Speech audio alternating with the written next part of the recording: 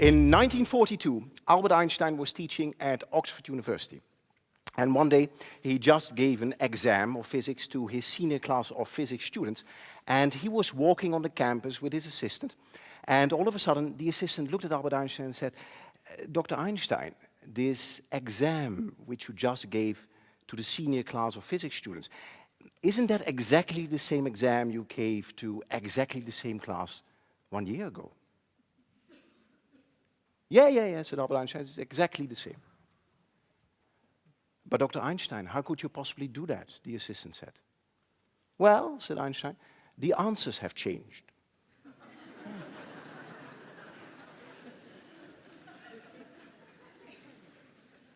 The answers have changed. In other words, what is true for 1942 is even more true for today. We live in a world where the questions might be the same, but the answers have changed. In other words, what has got you here will no longer get you there. And if you want to have results that you've never had before, well, you need to start doing things you've never done before. Now, the key question for today is, of course, is there a method to the madness? Is there a way that each of us can do impossible things to truly create dramatic results? And the good news is that the answer to that question is yes. Because what I'm going to explain today is, when it comes to high performance, why the majority is always wrong, and how you can use that to get everything you can out of everything you've got.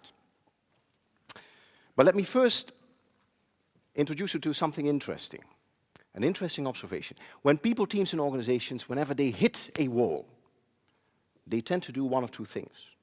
They either do more of the same things, or they do less of the same things. But what you very seldom see is that they start to do different things instead. And it's interesting, if you look at the data, approximately 3% of people are inclined to even do different things. And the remaining 97% continues to smash into the wall, like some kind of crazy energy bunny on steroids. And why is that? Why is that? And to understand what is going on here, we need to ask ourselves another question. And the question we need to ask ourselves is, what is the purpose of thinking? What is the purpose of thinking? Now, if you ask that question to a brain scientist, the brain scientist will say, well, the purpose of thinking is to stop thinking.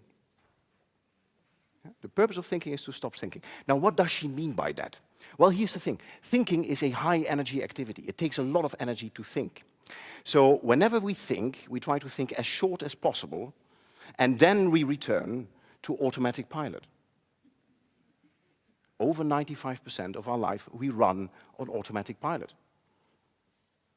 For example, if you've ever driven a car and then you realize, whoa, what did I do in the past half an hour? That's your brain on automatic pilot. Yeah? Another example, many of you right now are listening to me on automatic pilot. And I know who you are. Yeah.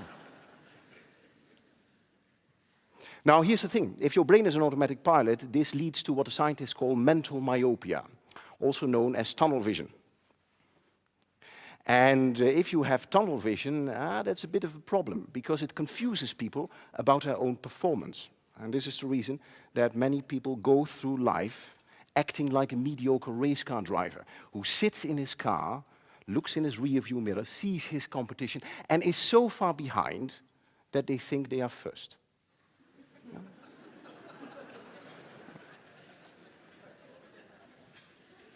In other words, ladies and gentlemen, we tend to think inside the box, and the box is a very good metaphor here. So let me draw a box. And if you take a close look at the box, you see that the boundaries of this box are very well defined. So we think inside defined boundaries. I'll give you an example. One boundary is a legal boundary, and we think within the legal framework. I'll give you an example. Very few of you would think of stealing the wallet of the person next to you in order to fund your next cool startup. Yeah? At least that's what I hope. Yeah? So we think in legal boundaries, but there are other boundaries as well. We think in technological boundaries, we think in physical boundaries, but we also think in moral boundaries. And this is why we think inside the box. At least, that's what we think. Because the reality is that the box in which we think looks more like this.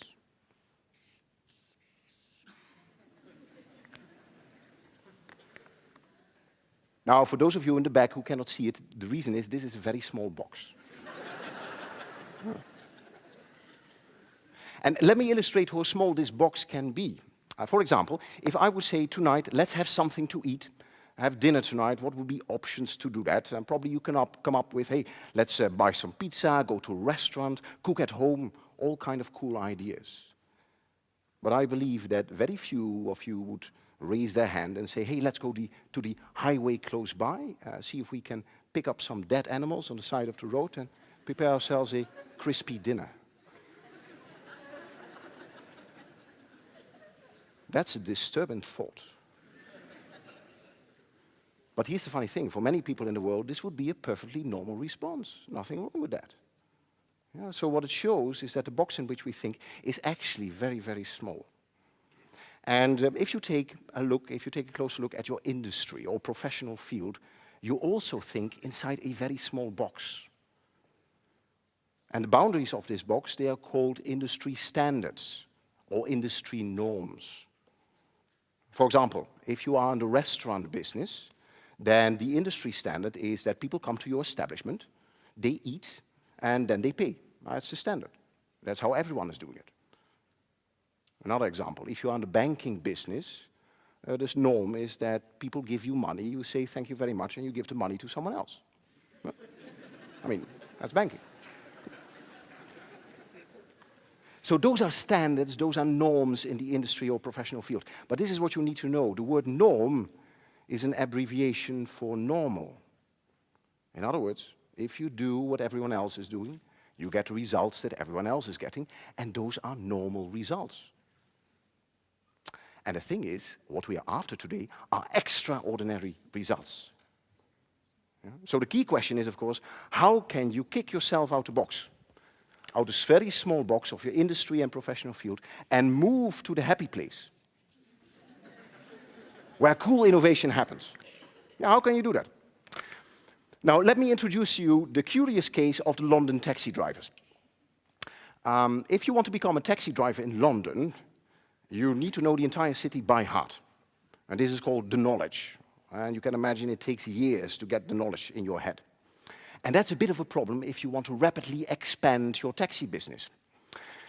So they ask themselves a question. How can we rapidly expand our taxi business while at the same time employing taxi drivers who do not know anything about the city of London?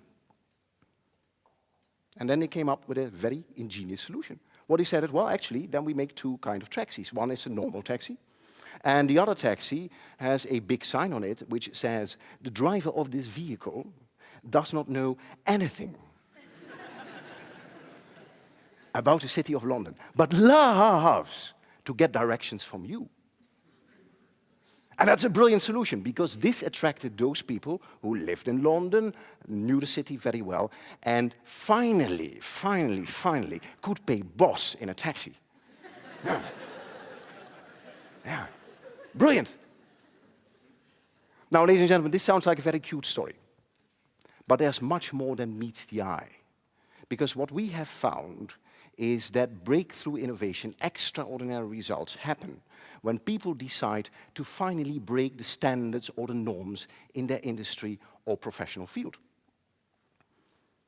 And you see this over and over again. For example, if you would have a furniture business and one day you would decide to no longer assemble furniture for your customers, probably you would end up with a company called IKEA. Yeah.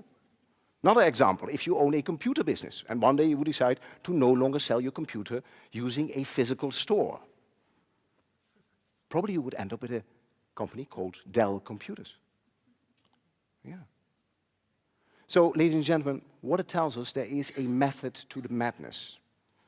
And by understanding that the majority is always wrong when it comes to high performance, finally you have the opportunity to quit fixing things and move to massive innovation instead. Ladies and gentlemen, the Roman Emperor Marcus Aurelius once said that the object of life is not to side with the majority. But the object of life is to escape finding oneself joining the ranks of the clinically insane. If you do what everyone else is doing, you're not distinguishing yourself and you're probably stuck. And this is why, when it comes to high performance, the majority is always wrong. This is what we know. We know that 3% of people are able to achieve extraordinary results. And each of you can become part of those 3% by deciding as of today to break your industry standards and to break your industry norms. The alternative, of course, is that you become part of the 97% who in the end works for those 3%. And as of today, that choice is completely yours. Thank you very much.